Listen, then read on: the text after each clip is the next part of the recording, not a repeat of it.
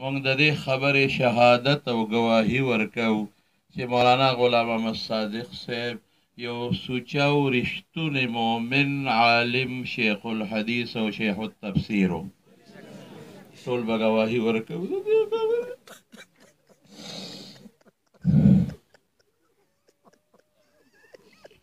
رسول الله مبارک فرمایي دو کسان چې چاله ګواهي ورکړي دو کسان همدا هغه د جنت ته دا جوړه بیمار ما سره ټول علما او طالبانو نیکان دلته ناست ټول به د دې خبرې مونږ ګواهي ورکړو. انسان دې که څه تقصیرات شوي ټول نیکان جمع یې خدای دې معاف کړي. او دا بچی دي مولانا رشید احمد صاحب فضل الله صاحب او بشیر صاحب چې خدای پاک دوی د هغه په نقش قدم وچلوي چې خدای دې خپلو وارثان د او چې کوم د طالبان شاګردان ټولې وارثان دي روحاني ټول الله دین دپاره په هر میدان خبره کړې نر سړی نر. الحمد لله رب العالمين والصلاة والسلام على سيد الأنبياء والمرسلين وعلى آله وأصحابه أجمعين.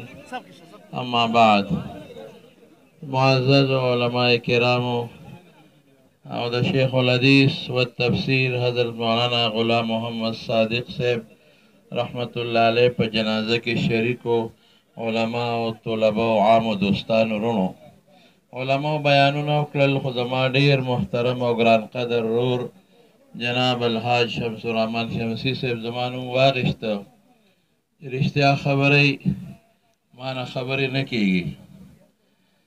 حضرت زه یوه خبره ستاسو ما خبرې ته لږ متوجه شئ ضروري خبره درته کوم. حضرت مولانا غلام محمد صادق صاحب زما ډېر قریبي لکه درونو په شانتې و ډېر نږدې محبت زما د سره د ما سره او څو ورځې مخکې تشریف راوړم ما هلته ناست و راسره بله شپې په ټلیفون راته خبرې وکړې وی ډېر خلک غواړي چې ته مونږ چې پروګرامونو له راشې خو ته ناجوړی نو بس زه خو خلکو ته همداسې ویم. زما وروڼو یوه خبره کوو او دې کې به ما سره ټول ملګرتیا کوئ د حدیثو مطابق خبره کوم. حضرت مولانا غلام محمد صادق صاحب چې څنګه صادق لقب هم دقسې و د زړه او د خولې کنیکشن یې یو و. د دې زه ګوی ورکومه چې څه به یې په زړه به یې په خولې و چې څه به یې په زړه په خوله به و که ما کې به یې غلطي لیده مخامخ به یې راته وی. صادق النیه یوه دویم لا یخاف فی الله لومة لائم د خدای د دین په خبره کې د چا پروا نه ده ساتلې هر وخت کې حقه خبره کړې ده. شیخ الحدیث هم و د بخاري او د مسلم شریف شیخ التفسیر هم و او حقگو عالم هم و لوی محدث مفسر کتابونه لیکلي دی ته پاتې شو تفسیر ته پاتې شو او د حدیثو مبارکو درس به هم کړي بیګا وفات شو. علما رالل زمونږه د دارالعلوم حقانی محتمم صاحب استاد العلماء والمحدثین شیخ الحدیث حضرت مولانا انوار الحق صاحب دامت برکاتهم هغوی به هم څو خبرې فرمایي.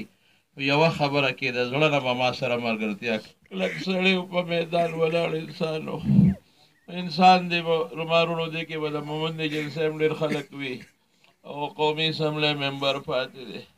انسان دی که چاته استغه ویلي یا د چا څه حق پې پاتې یا څه ټول معاف کې الله